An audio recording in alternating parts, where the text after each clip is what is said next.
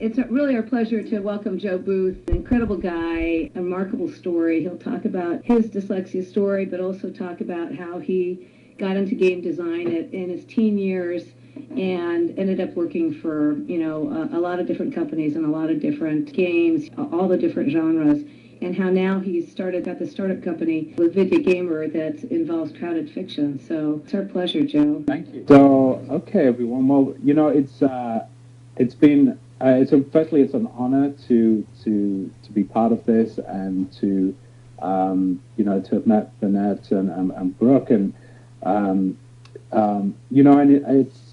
it was really fun putting this together. So I made me go back and think about my childhood and how I got into this. So this is kind of what I'm trying to cover today. So it's, I guess, like 4 areas. So I want to talk about my childhood and what it was like being dyslexic and how I became a game maker, and kind of whisk through my 20 plus years of game making.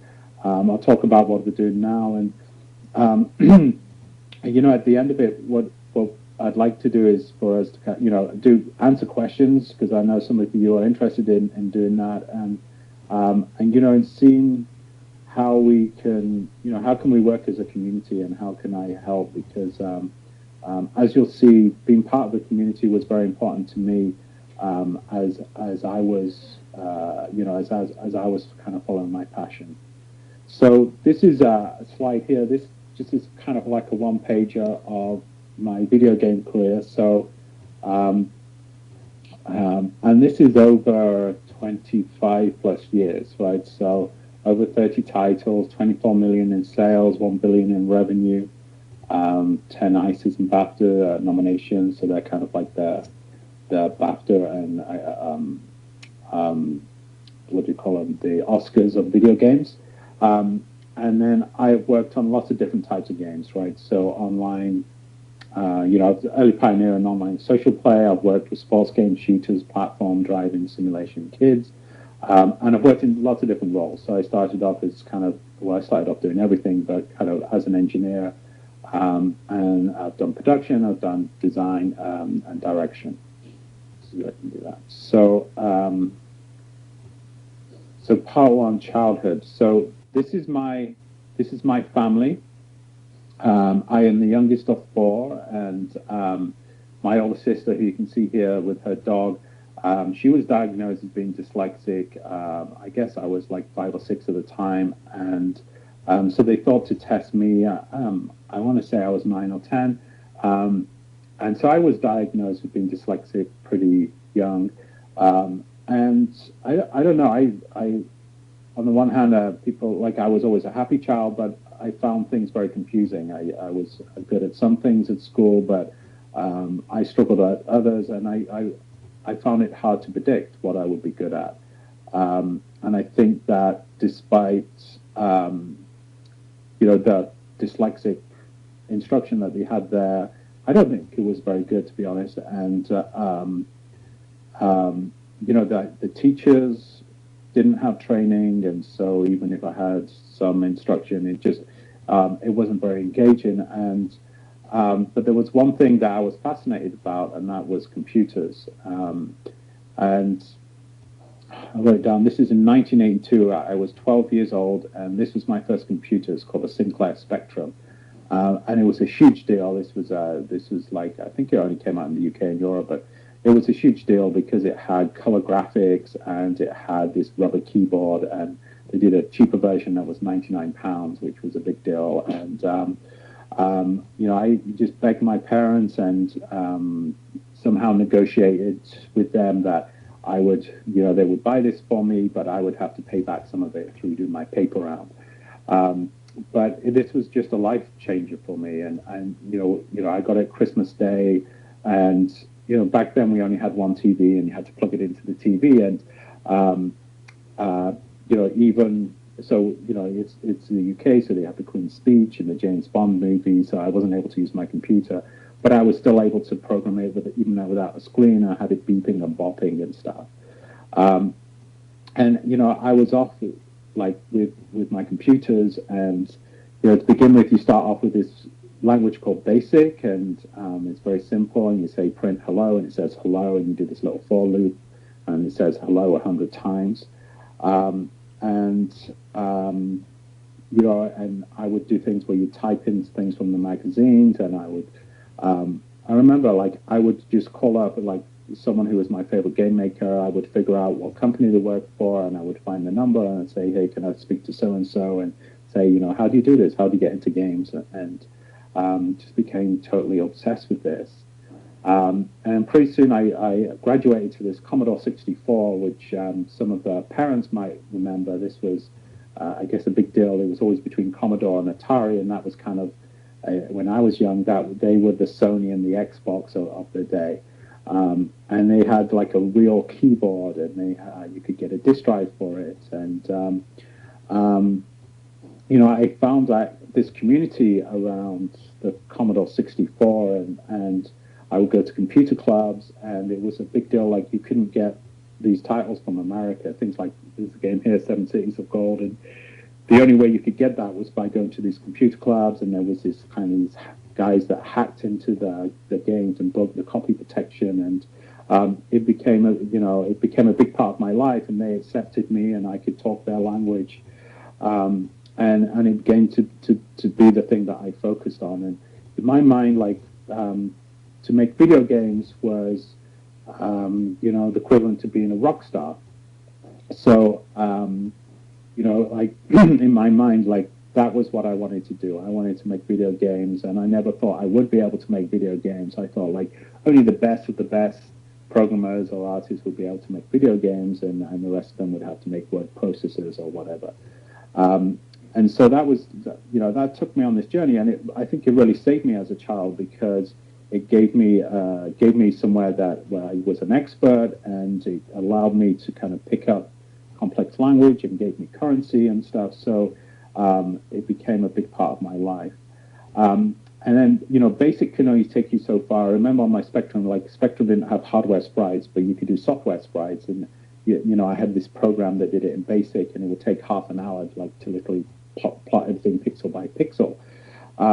So the thing you needed to master if you wanted to make games was this thing called machine code, which to me, as a 12 or 13-year-old, was like this dark magic of the computers. And I was trying to figure out what it was, and I would use the metaphor of my paper round, right? So it turns out this is what we call a monitor, right? And this is giving you the raw details of memory, right? And it turns out, computers, basically, they just have addresses, which is, that has data in them.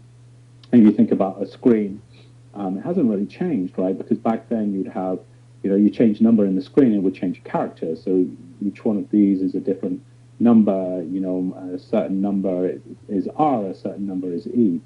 So I was able to visualize, well, this is kind of like being on my paper round, and each house is an address, and each newspaper I put in is a different number, right? And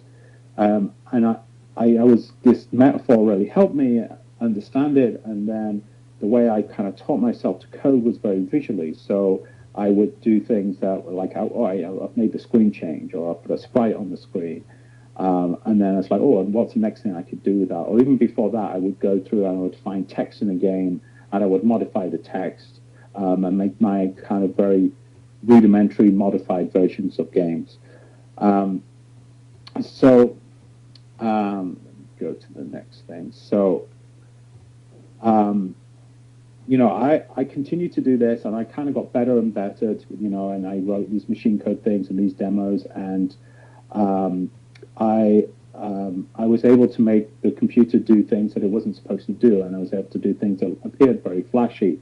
And I was like, I guess I was 14 at this point, and I would send it off to all these companies, and one of them offered me a contract, and they said, hey, we'll give you £4,000 to take this arcade game called the Ikari Warriors and put it on the Commodore 64. And I was like, that's fantastic. They gave me £1,000 up front.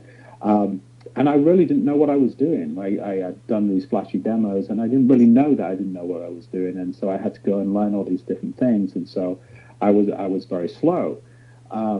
At the same time, I was supposed to be at school, but but I thought I don't want to do school. I'm not really doing anything there. I was spending more and more time at home doing computers, and so I went to the school and said, hey, I want to make video games, and leave school. And they said, you can't do that, because I was, I think, what, 15 by then. And they said, you have to stay to a certain point by law, and that's the law. So what I ended up doing is just kind of skipping school for most of that year, and I'm working on this game. But because I was slow, I ended up getting fired. But I'd learned enough through that I managed to get another job at this local company called Cascade. And so this was my first game. It was called Implosion. And I think I was 16 when this was launched, and it sold, I think, 10,000 units. And I think it only came out in England and maybe Europe. And I was like, well, hey, I'm making video games, and my friends, they're stuck at school, and this is this new life for me. But I guess it wasn't something that was easy, right? I had that. Oh, there's something else I forgot to say. So part of what the school did is they sent me to a technical college, like a computer engineering college, and they did all these tests on me.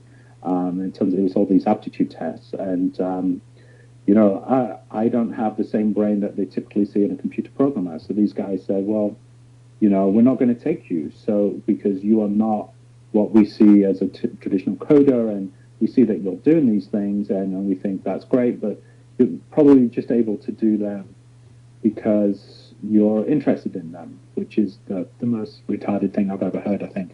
But but that kind of sat with me. So I had these knockbacks, but at the same time, I was 16. I had made my first game, and I was off in this new world. So we're going to go fast through a lot of years. So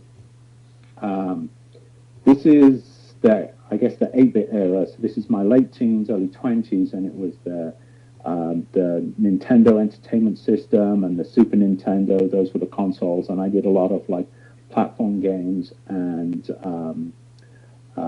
licensed games around these things. And this is me really cutting my teeth, right? And so I was churning out quite a lot of games, and they were kind of reasonably successful. Some of these, I think the Addams Family game there did something like 2 million units or something, although they screwed us out with the royalties. But that's kind of what it was like back then. But it was great. I was very happy to be doing what I wanted to do. But the industry was about to change, right? So it had always been 8-bit, 16-bit. It was very small teams. And it would be me. It would be an artist. We'd hire a musician for a couple of weeks. Maybe we started to have a designer or something, but it was teams of a handful of people, and it was still all in this machine code.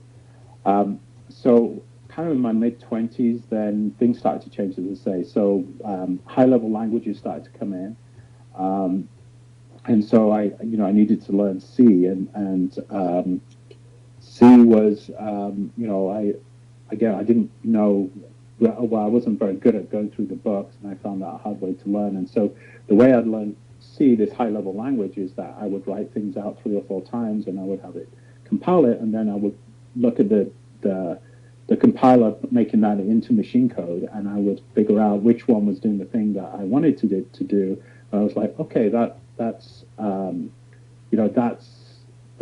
right way to do it.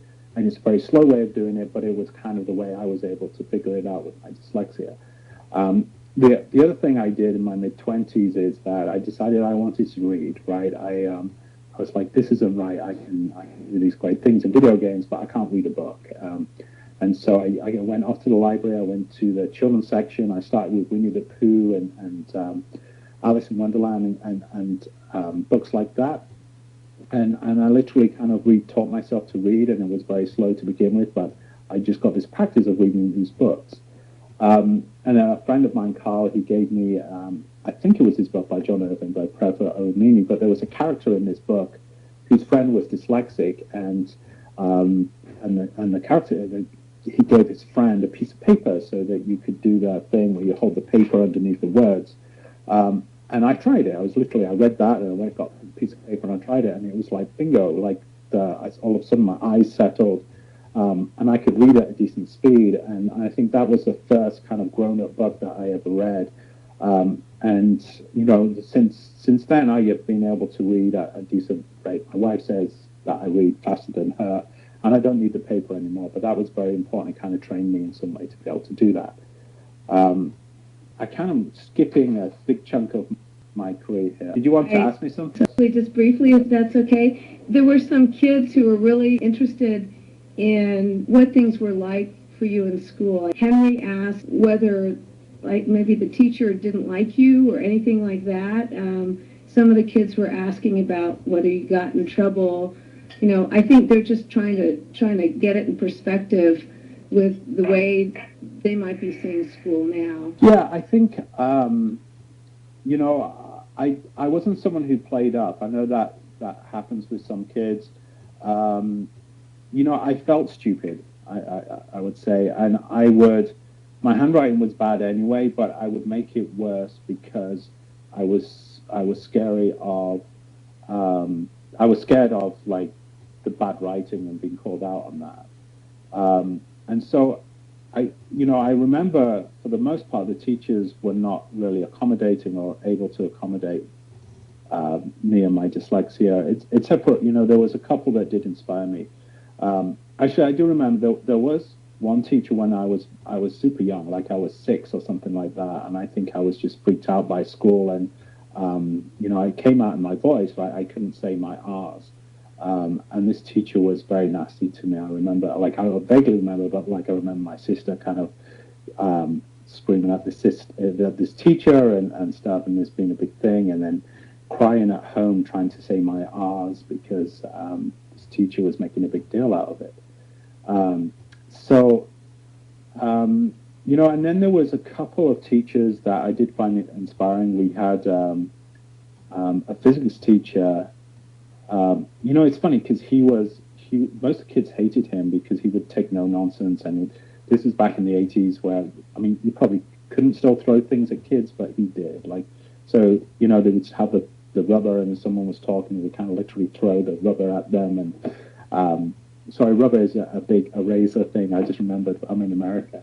And so he wouldn't take any rubbish from the kids, but he was like doing all this cool engineering stuff. So we would do microprocessors and things that I guess there was no way that was part of the curriculum, but it was something that I was like, hey, this is good. And I remember he left this kind of at the end of the year before I kind of disengaged.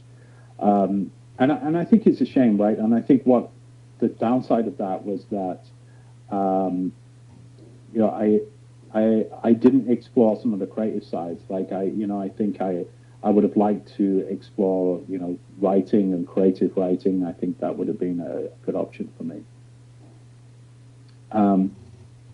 So I'm just seeing, so someone asked, so your family was supportive and allowed you to follow your passion. What about reading and writing? So, I think my parents really didn't know what to do. I think there was a general thing about, hey, computers are good and computers are the future, but people didn't necessarily understand them. So there was this thing, well, of all the things that my son could be doing, this is probably not a bad thing.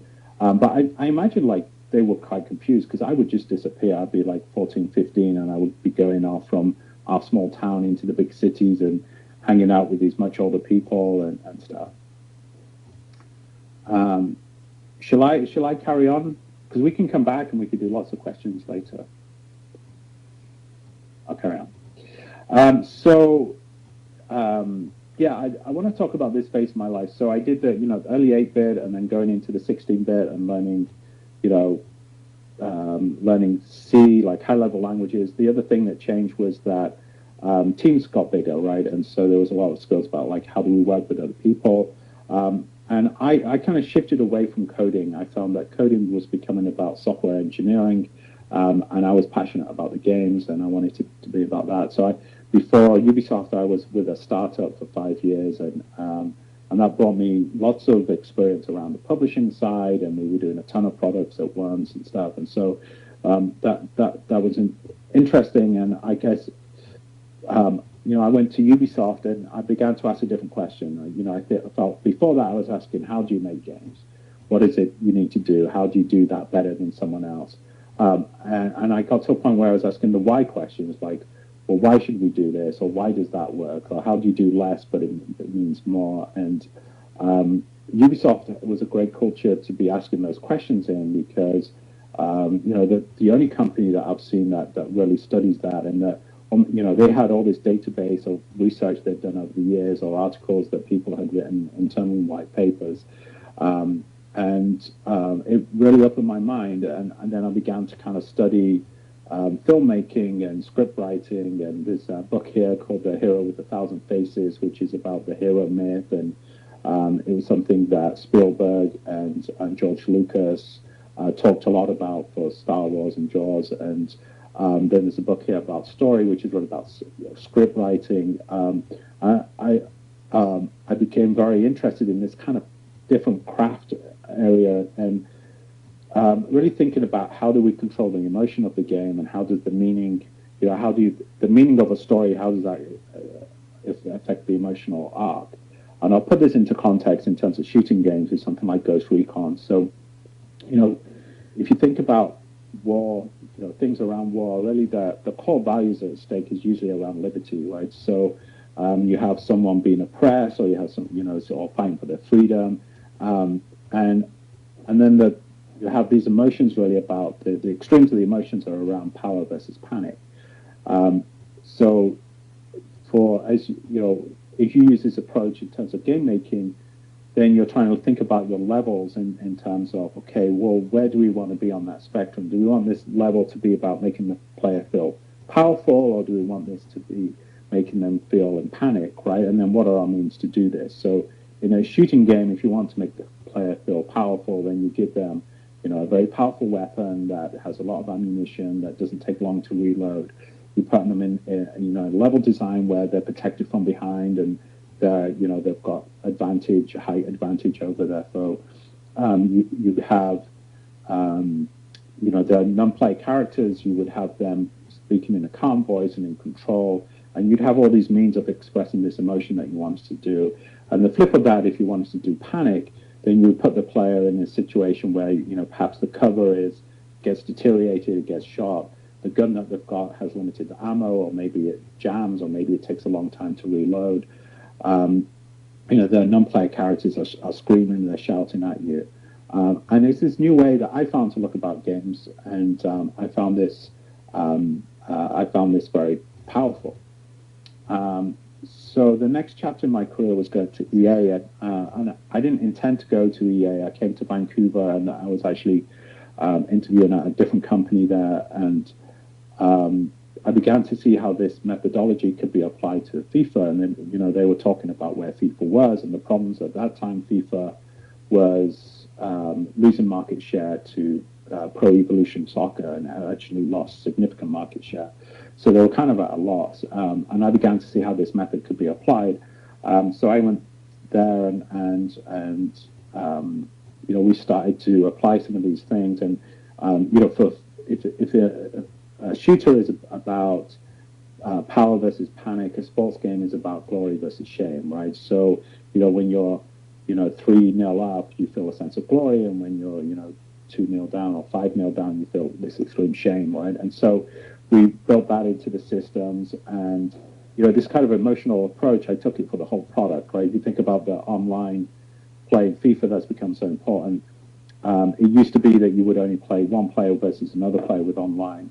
And I changed all that. I said, it's important that team play makes a difference, because emotionally, when you play as part of the team, you can lose, but you can still add value. You can still have a meaning for that game that you've just had.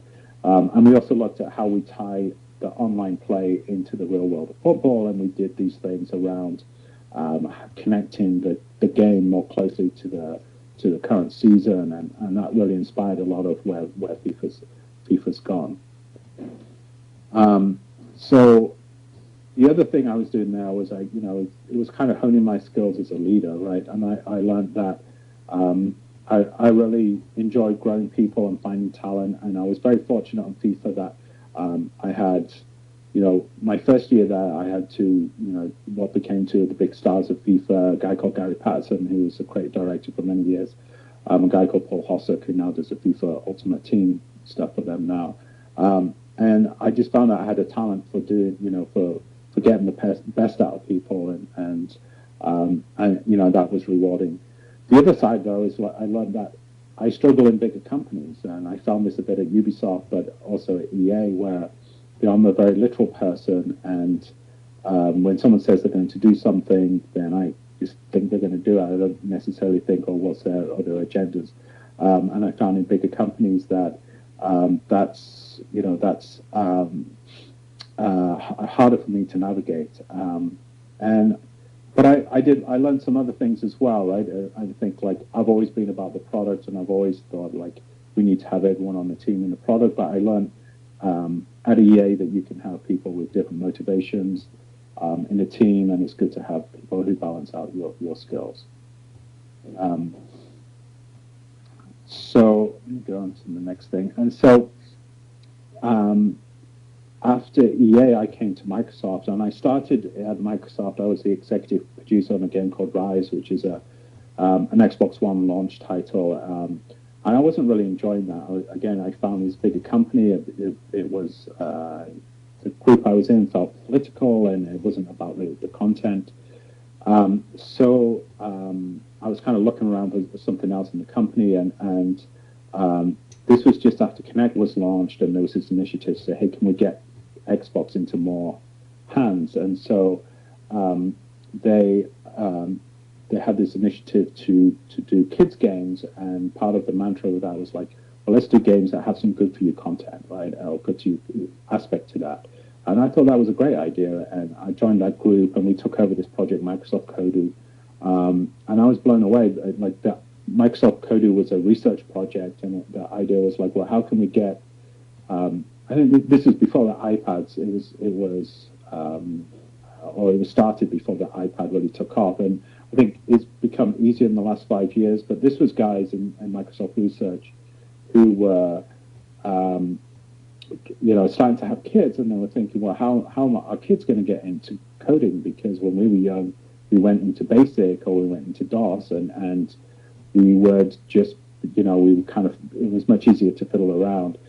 So the idea with Kodu was to use kids' passion for games to introduce them to concepts, but not be about the syntax.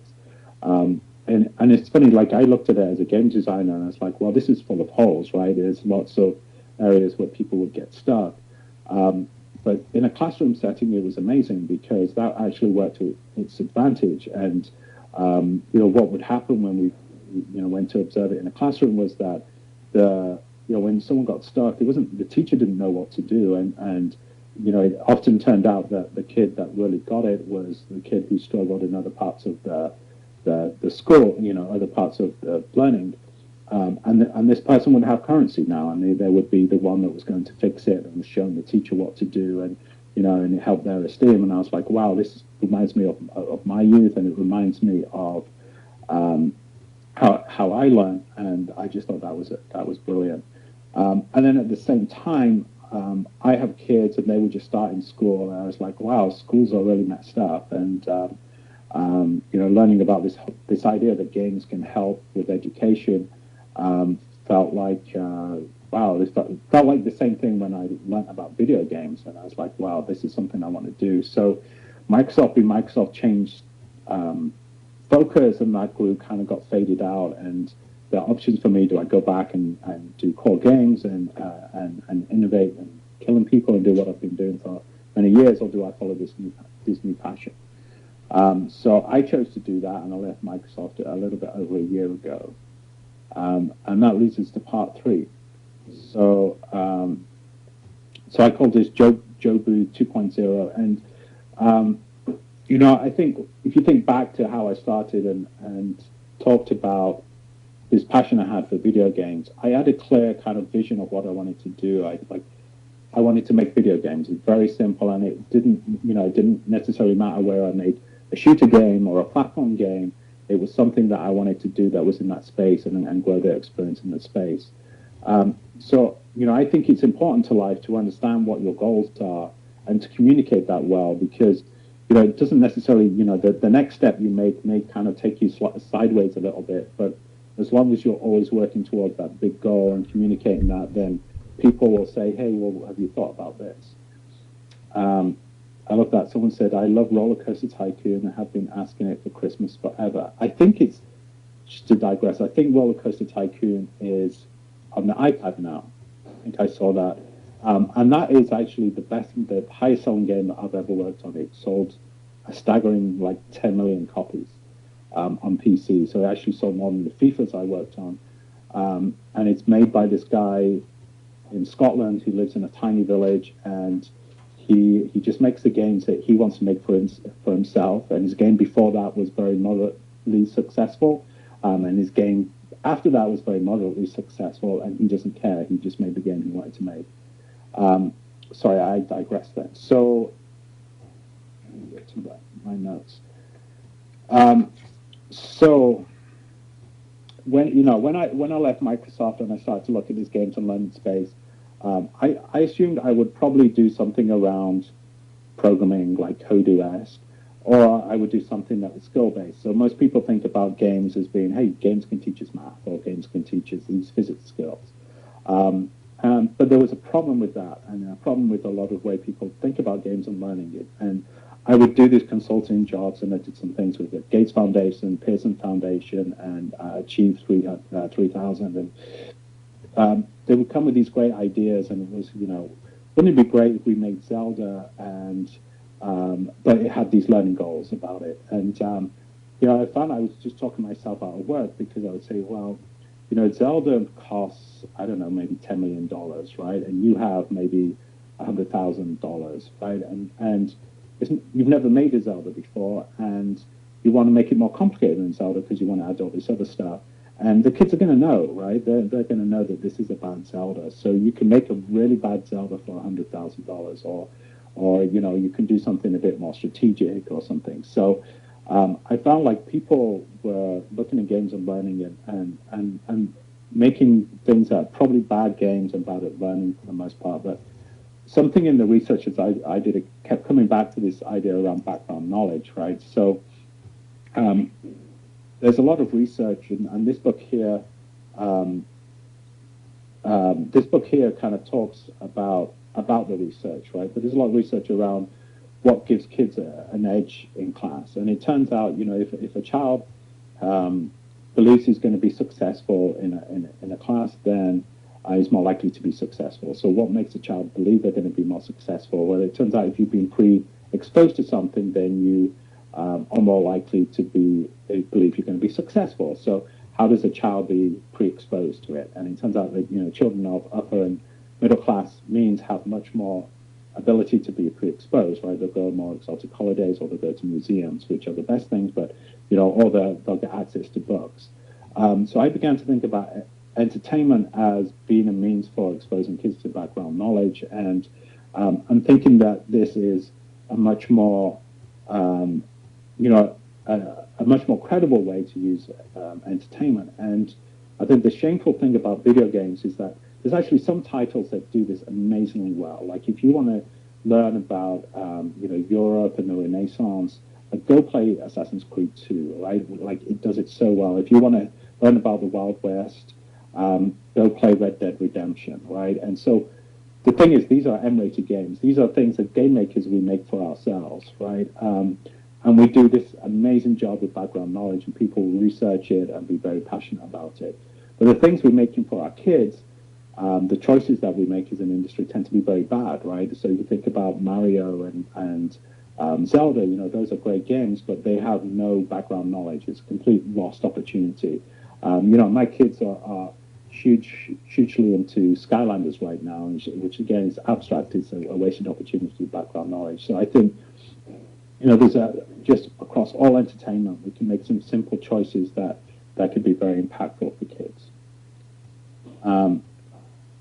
So, as I began, well, let me go back before I do that. So as I began to think, like, what can I really focus on with my means? I can afford to fund a little bit, but I can't build a studio, and I know how much it costs to make a really great game, and I know how long it takes. But I thought, I could do something around literacy, and I began to think about, well, now that we're reading iPads, how do we use them to do, how does that media change? And if you think about interactivity in reading, it's an old idea, right? We've had things in the 80s. We had Choose Your Own Adventures is still around today, right? Which is kind of interactive reading, but the hardware sucks. On paper is you print it once, it doesn't change, right?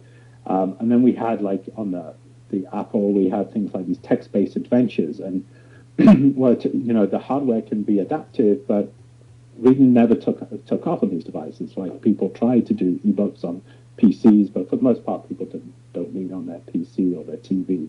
But with the tablets, everything's changed, right? Now we read on our tablets, and now I think we can begin to think, well, what could interactive mean on these devices? So, our vision for crowded fiction is to use this game making stuff to inspire the next generation of kids to love reading as much as this generation loves video games. And you may not know what a BHAG is. So there's a BHAG is this concept of for a company is to have a big, hairy, audacious goal, right? So what is it that you're shooting for that you're always comparing yourself against, or you can make sure that all your partners line up against? So for Microsoft, Bill Gates had this vision of a computer on every desk and in every home.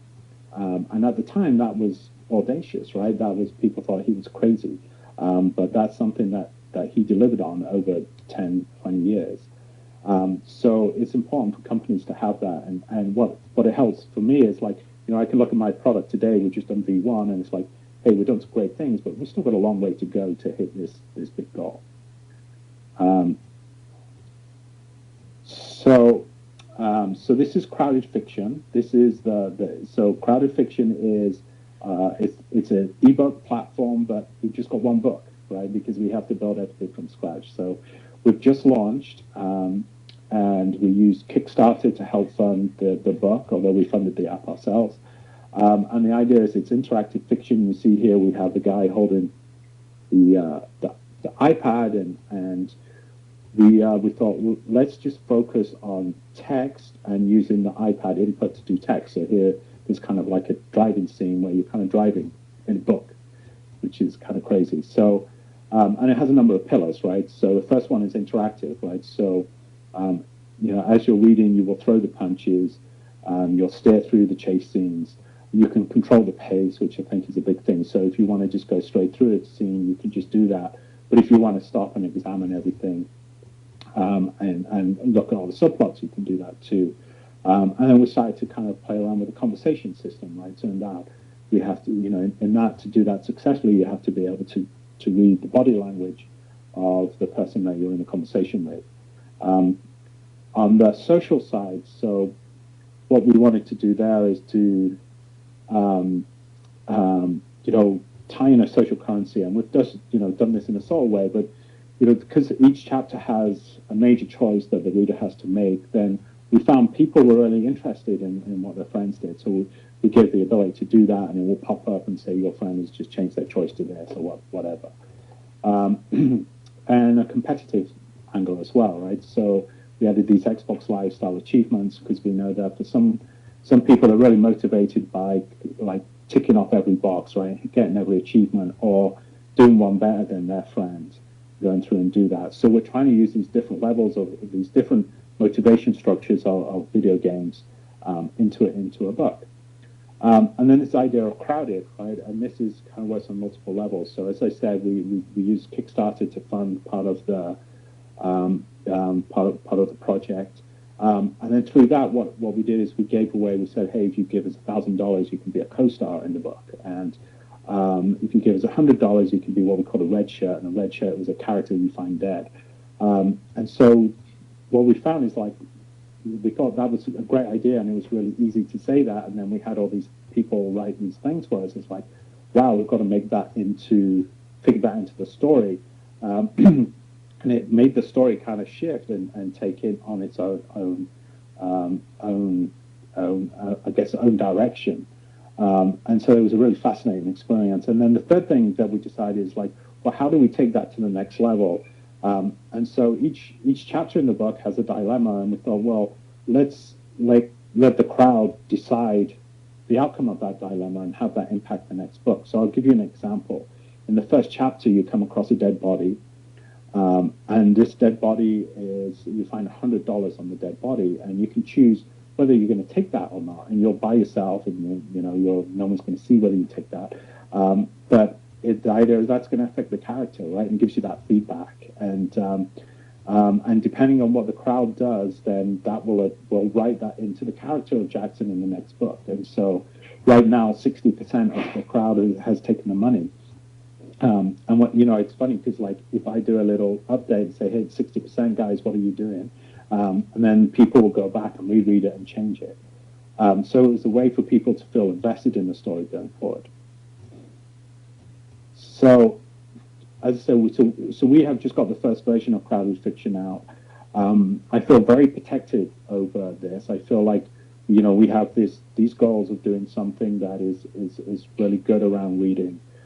So, we have a plan that we can do this very slowly, but we need help. And I always say this: we need to be upfront in terms of saying, like, we need the right funding partner. And I've spoken to angels and VCs here, and it's like, these people will be great when we want to get to scale, but I'm looking for someone who I can look in the eye and think, you really get that BHAG, right? And you're going to be with us, and you're going to be with us to make the right choices when things get hard.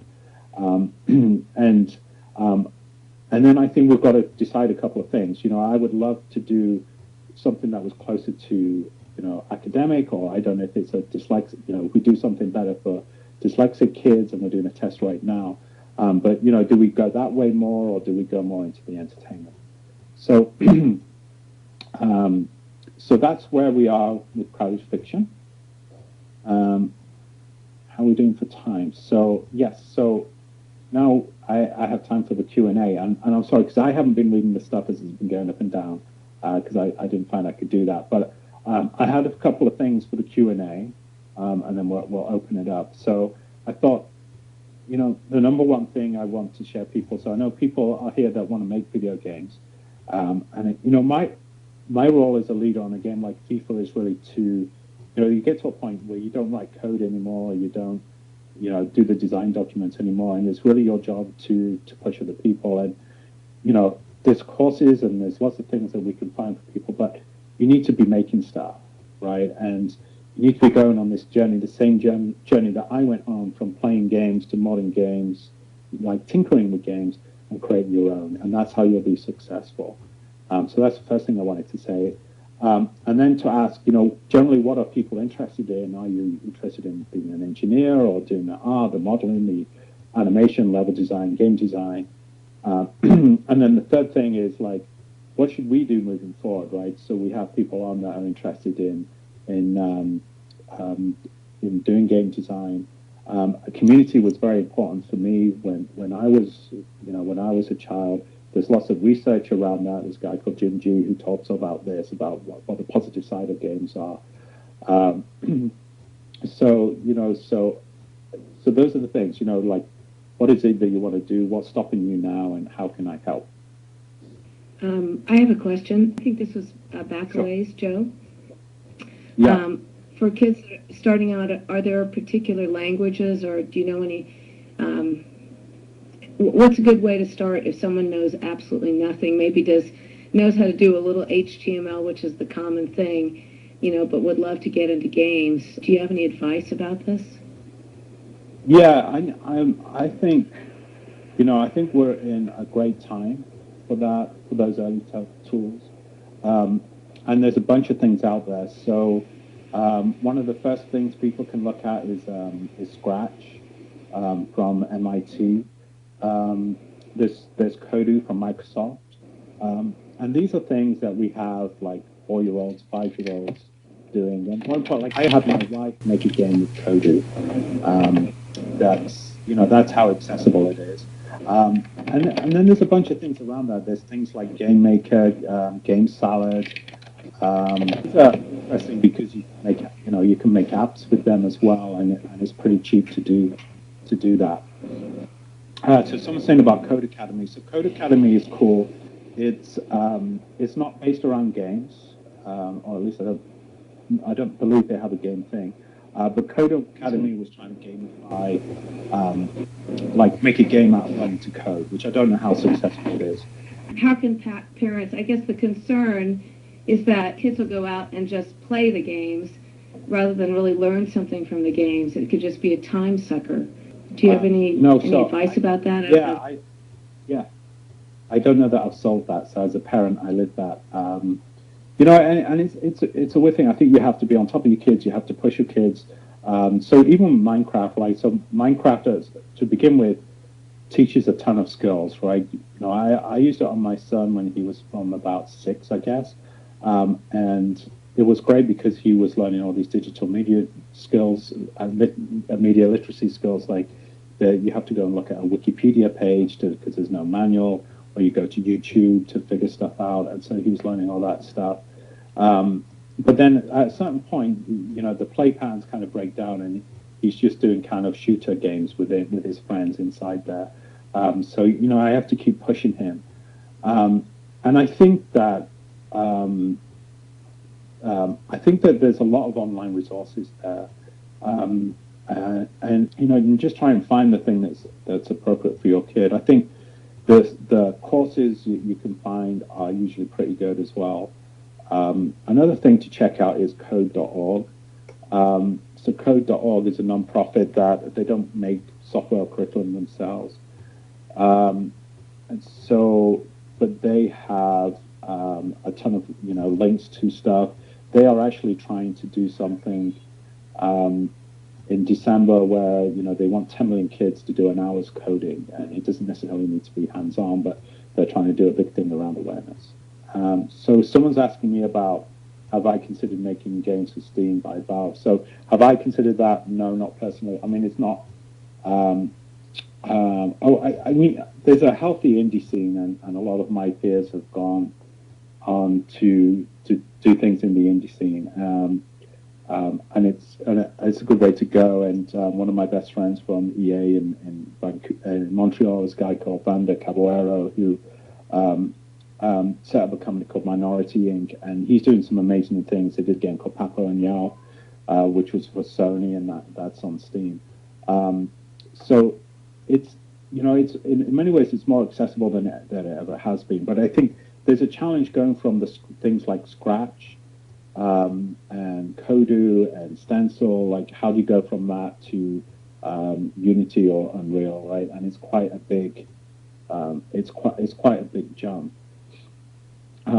I guess something else I would say is, like, you know, take that modding approach, right? So whatever tool that you're doing, there will be or you know, whatever thing that you find, that there will be tutorials around it, and you'll be able to download things that other people have done, and just encourage your kids, or if you're a kid, you know, experiment yourself and keep pushing it. You know, it's okay, you can break it and you can just re-download it again. It doesn't matter. And you're going to learn a ton through that, and you're going to learn a lot through the communities and being involved in those communities. Vanessa, can I say more about how I contacted game companies when I was a teen and how I got my first jobs? So I literally called them up. You know, I just got their numbers from the Yellow Pages or what we had back then. And I called up and I said, you know, and I knew the names of the programmers, and I would say, can I speak to this guy? And so that's a little bit harder now, but probably not as hard as you think. I mean, you can, you know, maybe it's harder to just cold call people, but, you know, and this is where I think about in terms of what we could do collectively as a community, is that, you know, I know many of these people, and I think people in the video game world are very, you know, they're very busy, but they do care about technology, and they care about the next generation of technology. And I think they don't know necessarily how to help and how best to influence. But, you know, I've done things before, like when we did Kodu, we had someone who made a soccer pitch, and I called up the guys at FIFA and I said, hey, let's send him a FIFA because he loves it. So someone says, I hear it's very hard to get an indie game onto the Xbox Live. Have you ever had the experience in those situations? From Tucker.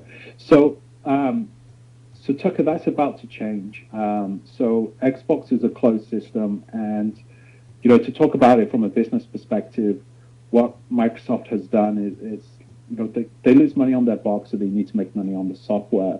And so by keeping it a closed system, they keep up demand and they keep prices up. Um, so so they were trying to limit this for as long as they could. I mean, and it used to be, or I guess it still currently is, but they're planning to change it. But if you wanted to have an indie game done on Xbox Live, you would have to go to a publisher who already has a publishing agreement, and they would have so many slots. And there was kind of like a market. So Microsoft is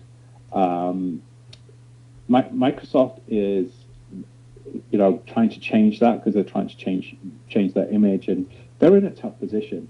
I see Chase saying Microsoft is all about nicking and diming you. So in some ways that's right, because there's a culture in Microsoft where it's all about well, how much bottom line did we make, and they, that's how they measure people, right? And it's kind of cold like that.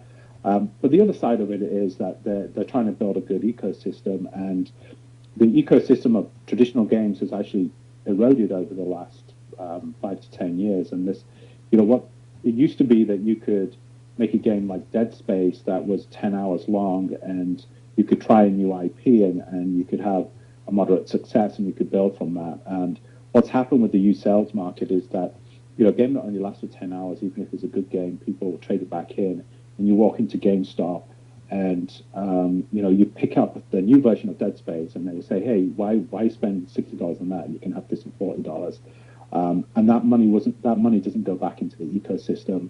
And there was actually stats that I was aware of where you would see games that would go resold 6 or 7 times. So I don't think Microsoft has been totally evil in the way that they've approached that. So someone says, are you finding that companies are starting to look for big picture thinking using the knowledge of current studios on the dyslexia advantage? In other words, do they get it? I think it's a mixed bag, right? So I think I am good at all this kind of big picture thinking stuff. I'm reading the Dyslexic Advantage book now, and I'm up to the I, so I am big on the I. So it depends on the company, and I think that I've found being dyslexic, it takes me a while to learn whatever, right? It just takes me longer sometimes to learn a company. So what I've found is companies may say they want this type of person, but they've really got their inherent DNA. And so I don't know. I don't know for the big companies. I think for the smaller companies, they will do that. I mean, they have their different cultures, right? And so it's a matter of finding something that really fits you. Say more about how you contact the game company. That one. Other game making. What does background knowledge mean? Okay, so background knowledge is a couple of things around that. So background knowledge means what prior exposure does a student have? What prior knowledge do they have when they encounter it in school? And there's a couple of theories that think that this is really important. And there's one on the cognitive level that is that we just take repetition to be able to understand stuff, right? So if you've been exposed to something before you hit it in school, you're more likely to be successful at that. And then there's the social emotional, which I spoke about a little bit before, which says that if you believe you're going to be successful, there's tons of studies that that one of the biggest determinations of whether a child will be successful in a class is whether their self-assessment is that they will be successful at that class. And then as they dug into that, the background knowledge, so have they been exposed to it, matters a great deal. And so this to me affects how you think about education or how you think about learning, right? So my kids are in elementary school, and we're trying to think what should we do about coding in elementary school, and the background knowledge model says that, well, we don't necessarily need to teach them to code. What really matters is that, when they get that opportunity in middle school or high school, that they feel they will be successful. So how do we make it so that, that both boys, but in particular girls,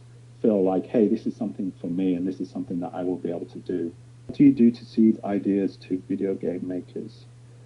So Henry's asking, like, I guess it's how do you pitch your ideas to video game makers? It's I would say most video game makers have a lot of ideas that they're never going to get to themselves.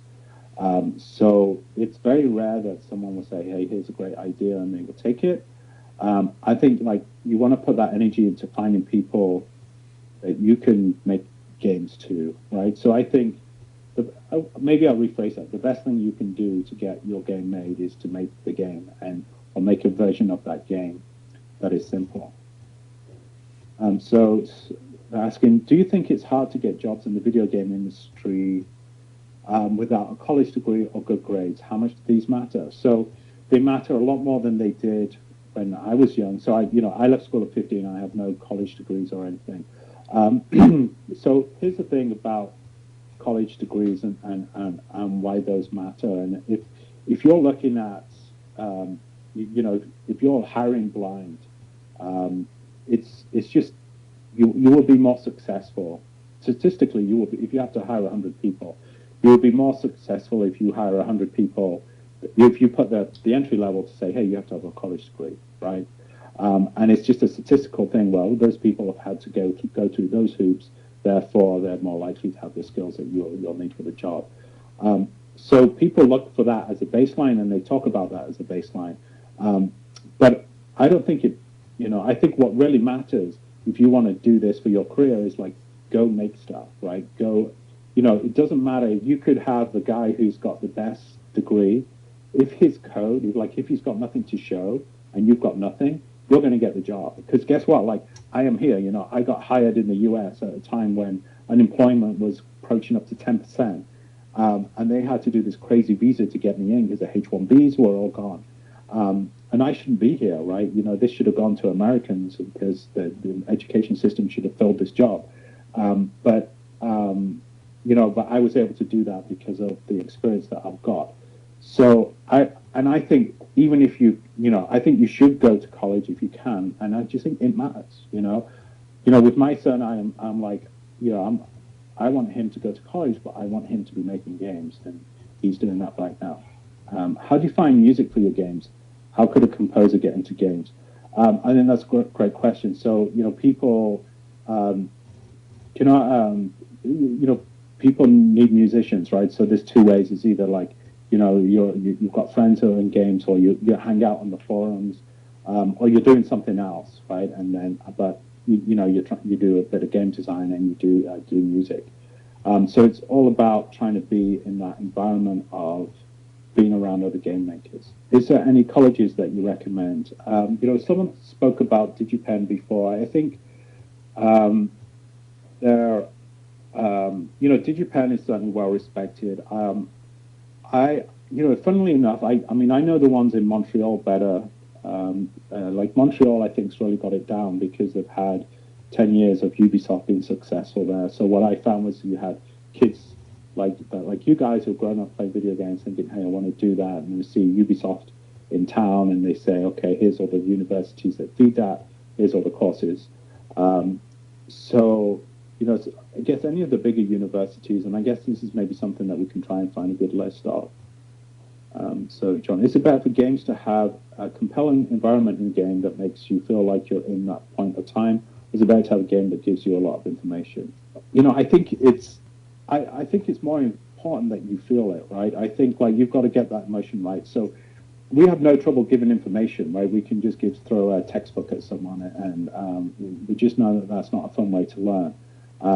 And I think the role of entertainment is to kind of inspire and catch our imagination. And again, Assassin's Creed did this really well because you would be there, you'd be next to Leonardo da Vinci, and you maybe heard his name before, right? And you would be having this character plot with him. But then you would have these extra things that you could go and find out about, right? So you could read up on the buildings, you could read up on the art, you could read up on the people.